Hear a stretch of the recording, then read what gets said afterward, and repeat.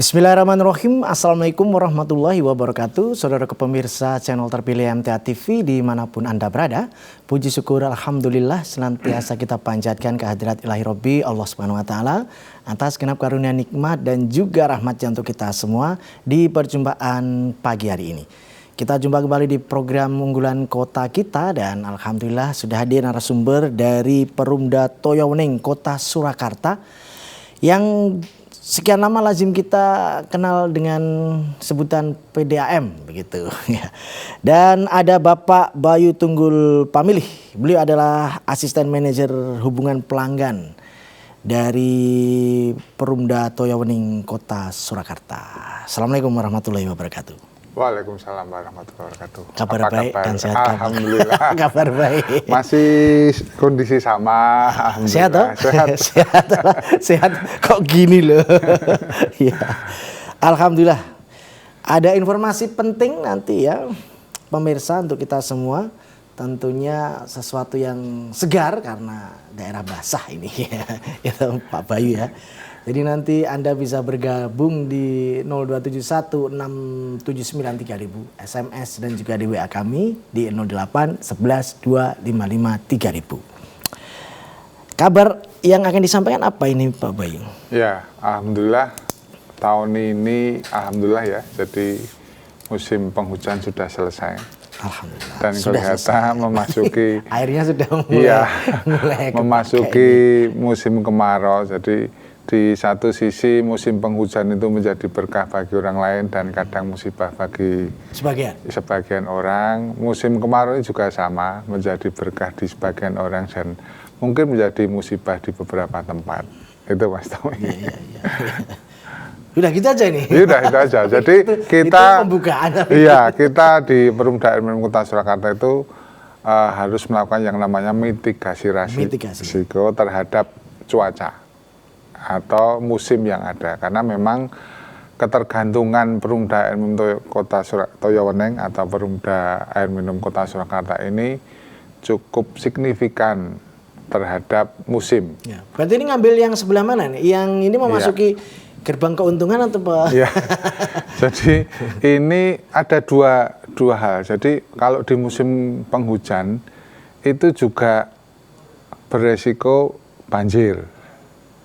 Banjir order atau gimana? Banjir di Sungai Bengawan Solo. Sumber yang diambil ya? Iya, sumber yang diambil terhadap instalasi pengolahan kita. Sehingga kita berhenti operasional. Itulah over capacity airnya ya? Iya, jadi nggak bisa ngolah. Karena itu mungkin kadangkala level itu terlalu tinggi membanjiri IPA kita di musim penghujan.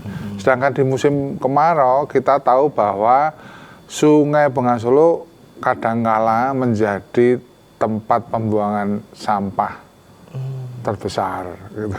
Sampah padat berarti? Ya tidak, jadi kadang limbah kadang sampah. Nah, di musim kemarau itu kadangkala polutannya lebih tinggi dari debit yang ada. Dari airnya ya? Iya. Sehingga, padahal kalau kemarau kan bisa dipastikan pasti defisit ya? Ya, kalau musim kemarau kalau yang mengalir di hulu itu kan dari Wajak Gajah Mungkur, beberapa anak Sungai Bengawan Solo, misalnya Sungai Dengkeng, ada Sungai Samin dan sebagainya. Nah, kalau beberapa anak sungai ini kadar polutannya tinggi masuk ke Sungai Bengawan Solo, alhamdulillah kita tidak bisa mengolah, sehingga beresiko kita gagal produksi. Kalau gagal produksi nanti dapat kami sampaikan bahwa di beberapa tempat khususnya wilayah timur termasuk Semanggi ini rentan terhadap kondisi kekurangan air. Di sini ya? Di sini. Iya, kita merasakan penghuni di sini. Kadang kita juga harus cari kamar mandi alternatif. Iya. Kalau yang musafir ya aman-aman saja, tinggal tepuk-tepuk lantai atau dinding itu untuk tayamum. Tapi bagi yang lokal-lokal ya pasti cari kamar mandi alternatif ya. Tapi kalau dari segi program itu apa ini di pertengahan 2024 ini? Apakah ada yang baru? Biasanya kan selalu melaunching promo-promo, pasang-pasang murah. Gitu. Sebenarnya kalau di tahun 2024 dulu kita banyak program. realisasi program. Perencanaan memang di tahun 2023, termasuk misalnya hibah air minum untuk warga MPR, masyarakat berpenghasilan rendah. Kemudian hibah sambungan air limbah juga. Itu realisasinya di tahun ini dan mulai konstruksi juga di bulan-bulan Juni dan Juli. Berarti baru ini material baru datang. Ini ya baru persiapan lelang kontrak, siapa pemenangnya. Karena di tahun ini kita mendapat hibah kurang lebih 2.800 sambungan air minum dan sudah terserap untuk air minum. Kemudian untuk air limbah kita mendapat sekitar 750 sambungan air limbah dan sudah terserap, tinggal konstruksi. Nah ini kan salah satu persiapan dalam rangka nanti yang namanya program WOSU Sukas Spam Regional kerjasama dengan Wonogiri, PDAM Sukoharjo, kemudian bekerja sama dengan PDAM Karanganyar dan Sragen untuk mengambil air dari Gajah Mungkur yang rencananya nanti diresmikan oleh Presiden Jokowi, harapannya di bulan Oktober-November nanti sudah on, sudah going dan bisa dinikmati oleh warga masyarakat Kota Surakarta pada umumnya dan pada khususnya kepada pelanggan Perumda Air Minum Kota Surakarta. Ya. Kalau kita bicara tentang pengolahan limbah, ya, Kota Surakarta ini sudah seberhasil apa dari perspektif Toyo Wening Corporation? Yang dapat kami sampaikan kepada seluruh warga MTA dimanapun berada, mungkin kan ada juga yang di penjuru benua yang lain ya. Oh iya, di Eropa, luar negeri, seluruh belahan dunia yang bisa menangkap sinyal. Ya betul. Jadi yang namanya sanitasi itu ada 3 aspek pengelolaan sanitasi yang dimaksud. Sanitasi kota itu satu drainase, yang kedua persampahan, yang ketiga adalah pengelolaan limbah domestik. Kita tahu drainase itu ya kalau air hujan masuk ke selokan itu drainase, itu menjadi tanggung jawab PUPR, Dinas PUPR. Kemudian ada yang namanya sampah padat, itu ya sisa makanan, plastik dan sebagainya itu kan juga dikelola. Kalau di Kota Solo, di Kota Surakarta itu tupoksinya berada di Dinas Lingkungan Hidup. Terbukti bahwa ada namanya tempat pengolahan akhir sampah di Putri Cempo. Ya, yang terakhir menurut Perda ada namanya pengelolaan limbah domestik, itu menjadi tanggung jawab Perumda Air Minum Kota Surakarta. Limbah domestik itu apa? Limbah domestik itu adalah hasil dari kegiatan keluarga sehari-hari, rumah tangga, eksesnya. Jadi limbah yang dihasilkan dari kegiatan rumah tangga, bukan kegiatan usaha, bukan usaha kecil, industri juga bukan. Limbah domestik itu kegiatan domestik, mandi, cuci, kakus, memasak, wudhu dan sebagainya. Nah itu yang lari kemana itu? Itu sebenarnya selain rumah tangga ini. Lah kalau yang selain rumah tangga, apa? Kalau selain itu harus diolah dulu. Itu tupoksi siapa itu? Tupoksi pembinaan pengawasan di Dinas Lingkungan Hidup. Jadi kalau masuk batik ya harus diolah dulu, ada IPA pengelolaan limbah batiknya. Industri itu. Ya industri, apapun itu harus ada selain pengelolaan limbah rumah domestik. tangga masuk ke DLH ya? DLH. Kalau rumah tangga misalnya ada saluran limbah perpipaan, itu kami yang melakukan operasi dan pemeliharaannya. Jadi banyak di Kota Surakarta ini rumah tangga ada 19.000 Mas. 19.000 itu tidak punya septic tank. Jadi berlangganan sambungan limbah perpipaan. Nanti sambungan limbah perpipaan itu masuklah di situ kegiatan mandi, cuci, kakus, termasuk buang hajat kita, itu dimasukkan ke saluran itu.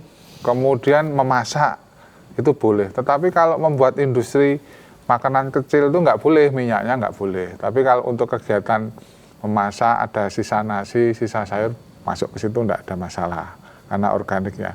Tapi khusus minyak, gorengan itu sebaiknya ya dimasukkan ke wadah dulu plastik, masukkan ke kulkas, baru dibuang ke sampah padat, dijadikan sama. Jadi nggak cair loh. Kan banyak ibu-ibu buang ke selokan. Ya. Nggak boleh itu. Tapi sekarang kan ada juga yang ngumpulin itu, Dibeli. jelantah Ya, itu. jelantah Itu salah satu lumayan dah solusi lah. Ya, jadi limbah itu yang tidak pakai septic tank bisa berlangganan nanti per bulan kena 17.500.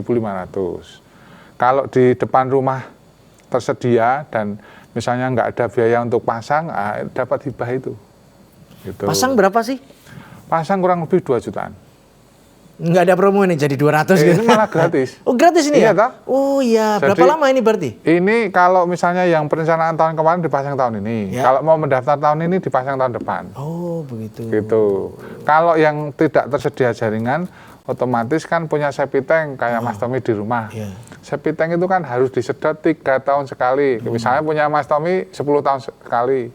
Lah itu kemana barangnya? Iya, iya, iya. Itu harus dipertanyakan. Iya, iya. 3 tahun sekali itu harus disedot penuh tidak penuh. Hasilnya itu dikumpulkan namanya di PLT Putri Cempo, pengolahan lumpur tinja. Kemudian dipisahkan padatannya, Iya, iya. cairannya baru masuk ke sungai.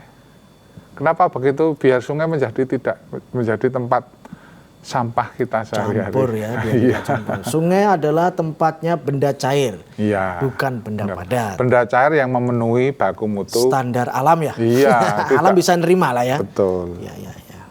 Itu Mas Tommy. Baik. Ini keterangannya sudah cukup. semacam Menteri Lingkungan Lingkungan Hidup. Ya, ini ya. Iya. Ya, ya, ya. Kita doakan saja pemirsa ya. Amin. Ini dilem-lem biar mau datang terus. Ya, itu tadi kalau dari sampai sekarang nih, Ya. instalasi-instalasi yang khusus limbah itu sudah sememadai apa? Ya. Ya, di kota Surakarta ini salah satu dari 11 kota di Indonesia. Yang mungkin ada nambah lagi beberapa kota menyusul itu yang mempunyai sambungan limbah perpipaan. Jadi tidak seluruh kota itu punya model Seperti ini. pengolahan seperti itu. Biasanya hanya septic tank saja. Ya. Kalau di Solo ini lengkap, punya IPAL, 3 IPAL pengolahan limbah di Semanggi, di Pucang Sawit, di Gedung Tungkul, punya IPLT dan berfungsi dengan baik. Dan tahun depan kita upgrading menjadi 200 meter kubik sehari. Kemudian punya IPA pengolahan air, di Semanggi ada, di Jebres ada, di Juruk ada, jadi air sungai diolah. Ya, ya. Punya sumur dalam, punya mata air untuk air baku. Jadi komplit. Dan semuanya bersinergis, dioperasikan dan dipelihara oleh Perumda Air Kota Surakarta. Jadi terpadu. Air itu kan punya siklus hidup. Ya. Jadi setelah kita pakai, dibuang, dipakai lagi, buang lagi, pakai lagi. Ya. Begitu Mas. Itu keberlanjutannya Keberlanjutannya. ya. Jangan sampai kita mengurangi jatah anak cucu kita di masa depan. Ya, ya. Dengan membuang air sembarangan, mengeksplorasi sumber-sumber air baku. Jadi kita ingin itu air bisa berdaur ulang. Ya tidak 100%, minimal 50% lah. Ya, ya sudah mirip ya kan dengan politisi kan jawabannya kan itu benar-benar. Jadi progres ya kan. Pokoknya jangan ngomong tidak lah ya. Iya. Progres ya. Progres. Ya, Amin. baik. Ya baik pemirsa, kita nantikan kebersamanya. Mumpung beliau ada di sini ya, bisa menjawab segalanya terkait dengan problematika ke air bersihan dan juga limbah ya. Tadi lengkap kan kota Surakarta ini banyak instalasi dan varian-variannya. Silakan Anda bisa berdialog di line telepon 02716793000. SMS dan juga di WA kami sudah kami siapkan pula di 08112553.000. Kita akan kembali di segmen berikutnya yang kedua setelah kita simak beberapa informasi dalam rangkaian Jeda Pariwara berikut ini.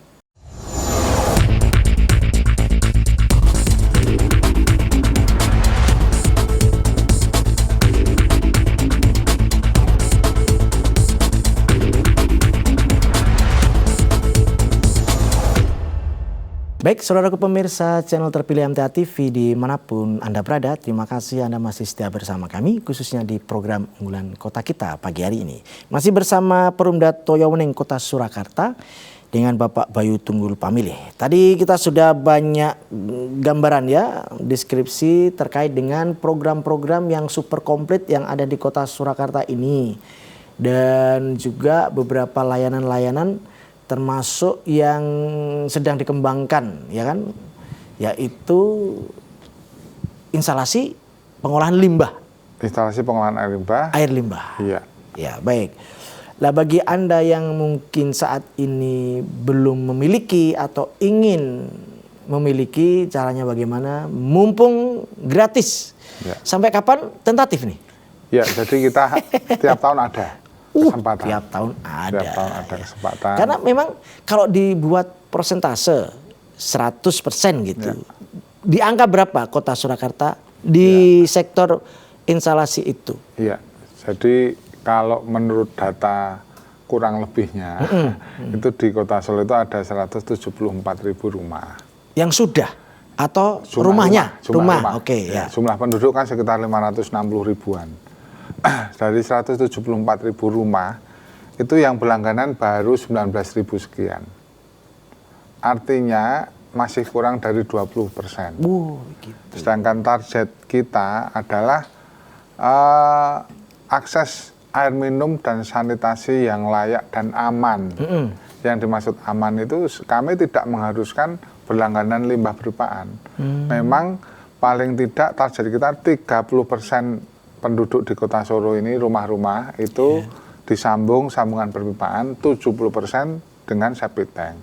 Septic tank yang dimaksud aman itu ya layak dari segi konstruksi itu kedap air, ada lubang sedotnya, ada kakusnya, dan benar-benar berfungsi sebagai septic tank. Kemudian yang terakhir 3 tahun sekali disedot.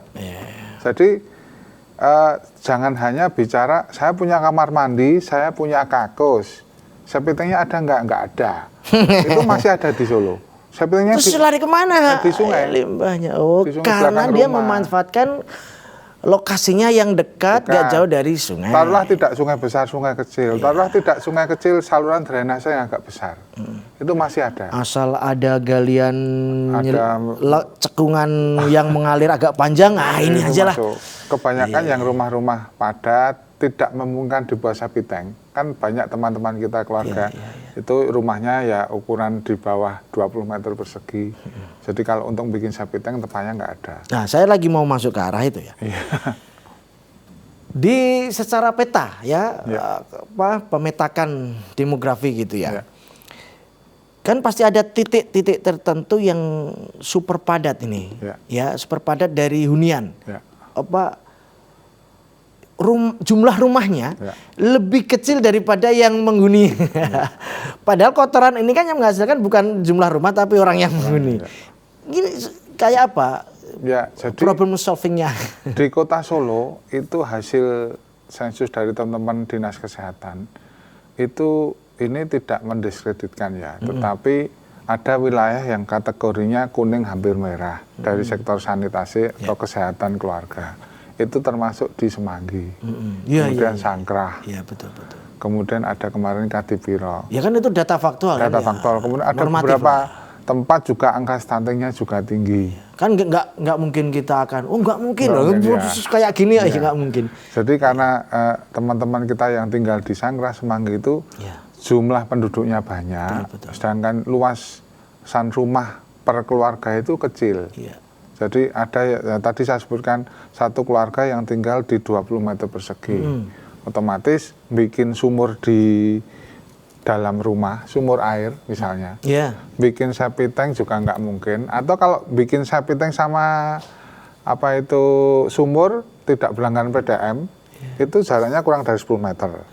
Taruhlah, saya rumahnya lebarnya 2,5 meter, panjangnya 10, jadi saya septic tank di belakang, kemudian sumur di depan. Padahal tetangganya septic tanknya di depan. Jarak dengan rumah tetangga hanya 1 Iya, meter. itu yang saya maksud. Peletaan, tata letaknya si septic tank, si sumur. Itu kan. Ini pemetanya mesti ruwet ya? Iya, itu kan harusnya berjarak minimal 10 meter. Ya. Nah, itu enggak mungkin kalau tempat-tempat yang misalnya di kelurahan yang kepadatannya tinggi. Iya, jarak idealisnya kan batal itu. Iya, oleh karena itu didorong kita juga pasang saluran interseptor, saluran lateral sampai ke depan rumah. Sehingga tidak perlu bikin septic tank, itu dari kamar mandi, kakus itu langsung ke saluran limbah. Satu, yang kedua tidak usah bikin sumur, karena mungkin di situ sudah tercemar atau kualitasnya nggak bagus. Berlangganan PDAM, kalau nggak mampu ajukan, matur ke kelurahan, Pak saya tidak punya ini, pengen punya akses air minum gratis, pengen punya akses air limbah perpipaannya gratis, mohon dibantu. Daftar ke kelurahan, sampaikan lewat RT, RW, nanti pasti dikumpulkan dan diberikan ke kami sebagai daftar by name, by address, BNBA. Jadi, tapi itu kan harus kolektif ya, nggak ya, personal ya? Sebaiknya kolektif. Toh personal pun diterima oleh Pak Lurah. Wah. Pak Lurah di Kota Surakarta sejumlah 54 sementara ini, itu sudah kami sampaikan dan lewat Wali Kota dan Bapak Wakil Kota, keluhan berupa akses air minum dan sanitasi diterima, harus diterima. Ini Pak Lurahnya pasti ini namanya Pak Arif, dan kalau nggak Pak Arif, Pak Budiman ya.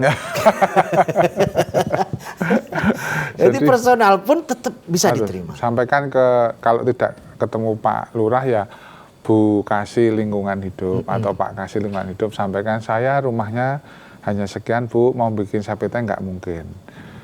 Kalau kami ada akses limbah nyambung ke kami. Kalau tidak misalnya akses perpipaan kami tidak ada, kemudian bikin septic tank itu juga tidak memungkinkan. Untuk misalnya skala 30 rumah tidak punya septic tank semua, semuanya bikin sungai. Pipa limbah kita nggak bisa masuk. Nah nanti oleh dinas terkait, dalam hal ini biasanya dinas PUPR, dibuatkan yang namanya IPAL komunal. Jadi septic tank biasanya dibikin di tengah jalan itu, nah nanti dipakai bersama-sama ke situ. Itu instalasi pemipaannya? Itu nanti dibuatkan IPAL tapi hanya skala komunitas saja, hanya 30 orang saja. Kalau kami kan skala kota. Ya. Nah kalau pipanya kami tidak sampai di depan rumah, karena jaraknya mungkin harus masuk-masuk, itu bikin pemerintah membuat namanya program IPAL komunal. Sehingga nanti semua warga septic tanknya di jalan. Septic tanknya ya? Iya, septic tanknya di jalan. Kemudian tetap disedot kalau septic tanknya sudah penuh. Atau 3 tahun sekali pasti disedot. Jadi nggak ada lagi cerita membuang limbahnya domestik ke sembarangan.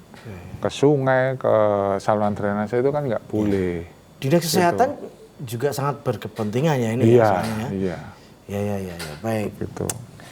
Jadi personal juga diizinkan, kolektif juga diizinkan. Termasuk air minum juga. Air minum. Itu apa? Maksudnya syarat-syaratnya? Oh, syarat-syaratnya sebenarnya cukup mudah. Asal punya data identitas. By name, by address tadi. KTP setempat? Iya, KTP, KK, yang jelas harus domisili di situ. Surakarta kan? Iya, di Surakarta. Jadi misalkan ada komunitas perantauan, otomatis harus atas nama yang KTP Kota Surakarta. Iya, betul. Nah itu tadi ya salah satu solusi ya pemirsa bagi Anda yang ada kebetulan masih berposisi di daerah yang padat. Ya, solusinya seperti itu. Nah sekarang adalah sedot septic tank. Tadi 3 tahun sekali sudah kita ketahui. Nah sekarang masalahnya adalah pembuatan, teknis pembuatan dan format septic tank kan orang beda-beda. Sebenarnya bagaimana ini untuk bisa mengatasi itu yang macam-macam ini? Berpengaruhkah atau mungkinkah dikasih selebaran atau edukasi sebagai edukasi ke publik bahwa ini bagi yang belum buat atau ingin bongkar renovasi septic tank, buatlah seperti ini ya. Gitu. Jadi dapat kami sampaikan kepada seluruh pemirsa ya dimanapun berada. Tidak selalu dimanapun berada. Tagline kita seperti itu. Jadi septic tank itu bukan septic tank ya. Jadi kamar mandi untuk membuang limbah domestik, dalam hal ini misalnya kegiatan misalnya buang air kecil dan buang air besar, itu bisa yang namanya memakai jamban atau kakus. Jamban atau kakus itu harus punya leher angsanya, sebaiknya. Betul, ya. Ada beberapa pendapat kan tidak usah pakai leher angsa langsung gitu. Agar los gitu. Kalau leher angsa kan dia ada air. Betul. Takutnya nggak air menciprat ke atas kan jadi najis misalnya. Gitu. Iya, ada beberapa pendapat, ada yang warga yang begitu. Pendapat ya. Iya, jadi ada yang tidak pakai leher angsa. Lah padahal leher angsa itu fungsinya supaya baunya tidak keluar ke atas, ya? Tertutup air itu satu. Jadi sebaiknya punya leher angsa. Kemudian yang kedua harus punya septic tank. Septic tank itu ada beberapa biasanya tidak hanya satu lubang saja. Kalau satu lubang biasanya namanya cubluk, langsung satu lubang. Biasanya ada lubang bukan lubang ya, kolam pertama, kolam kedua, baru kolam ketiga. Kemudian antara kolam pertama dan kolam kedua itu ini kayak market pengolahan limbah ini ya? Iya, memang pengolahan limbah itu. Itu kan pengolahan limbah. Jadi beli jadi pun juga sudah ada. Iya. Yang jelas harus kedap. Jangan malah kemudian dibolongi biar nggak penuh-penuh. Nah, kalau dibolongi itu limbahnya masuk ke tanah di bawah kita. Jadi kalau sudah misalnya ada 3 kolam, nanti kolam pertama penuh masuk ke kolam 2, kolam kedua penuh masuk ke kolam ketiga, baru nanti sisanya airnya itu bisa diresapkan. Atau dibuang ke drainase, tidak ada masalah. Tapi padatannya kan tinggal di situ. Ya. Padatannya tinggal di situ, 3 tahun sekali, tidak penuh, itu disedot. Kalau penuh berarti bermasalah. Misalnya 2 tahun sudah penuh, berarti ada masalah ini kenapa? Oh, indikatornya bisa diketahui itu ya? Iya, bisa diketahui. Kemudian ada lubang sedotnya. Kemudian ada lubang udaranya di septic tank. Nah, kalau misalnya warga masyarakat tidak pirsa, tinggal di kota Surakarta, datang ke tempatnya kelurahan, tanya ke Kasih Lingkungan Hidup, tanya ke kami, datang ke kantor kami. Atau misalnya saya tidak punya biaya, sebenarnya saya pengen merehab itu, ya matur ke Pak Lurah, karena di Dinas PUPR ada namanya program rehab septic tank gratis dari pemerintah. Kalau memang warga tidak mampu dan sesuai klasifikasinya, nanti yang merehab pemerintah gratis untuk yang tidak mampu. Tetapi memang kondisi septic tank dan sebagainya itu kadang-kala warga tidak sadar. Pokoknya nggak ditutup keramik rapi wis serang gagas. Iya.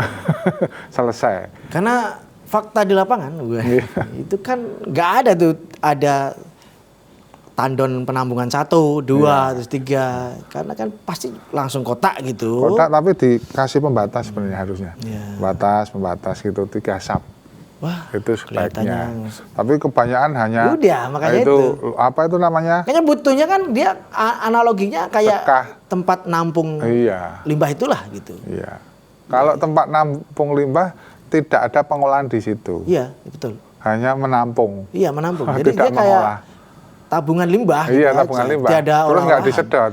Betul. Kalau nggak disedot berarti kita menabung kotoran kita. Apalagi itu tempat kontrakan. Wah, itu sudah. Ya kan? Kasihan pengontrak yang kesekian. Anaknya yang kecil. Saatnya itu penuh. Makanya ada beberapa kasus kan ada yang sampai meledak gitu. Iya.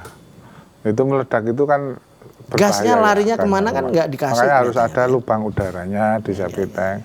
Kemudian yang penting bahwa bakteri E. coli itu pencemarannya tidak disadari.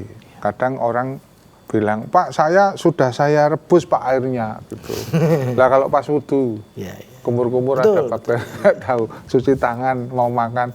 Saya kalau makan cuci tangan pakai air rembesan dari septic tank kan ya repot Pak. Iya. Aksesnya kan banyak, bukan dari faktor air minum saja. Iya, makanya itu. Apalagi sekarang kan, ya nggak sekarang sih, sebagian masyarakat itu kan mengupayakan secara mandiri ngambil air sendiri pakai sumur Sumur bor. bor itu kan. Iya.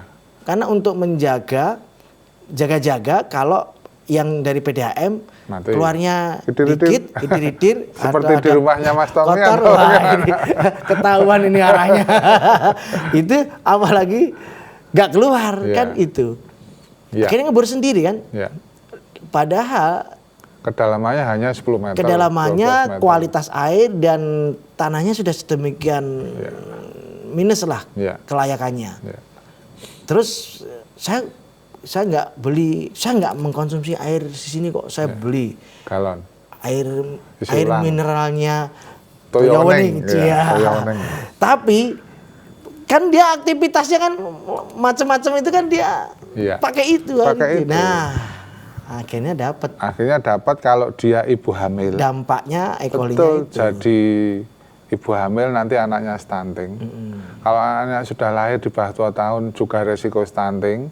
Kemudian mudah sekali sakit pencernaan, panas tanpa sebab, muntah tanpa sebab, nanti sembuh. Sebenarnya ada sebabnya, cuma dia nggak Iya, nyadar ya nggak itu tahu. sebabnya Iya, itu. dikira masa anak pertumbuhan. saya gizinya banyak, saya kasih Iya. makan gizi semua, Iya. tapi itu kan Nanti dampaknya panjang. mudah muntah, mudah panas, nanti sembuh. Iya, iya. Nggak diobati sembuh lah. Nah, akibatnya pertumbuhannya jadi stunting. Taruhlah itu badannya bagus tinggi, mungkin kecerdasannya terganggu kan bisa. Iya.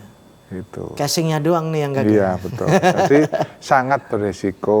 Ya, tapi kalau beliau ini memang casingnya bagus, tapi juga luar biasa.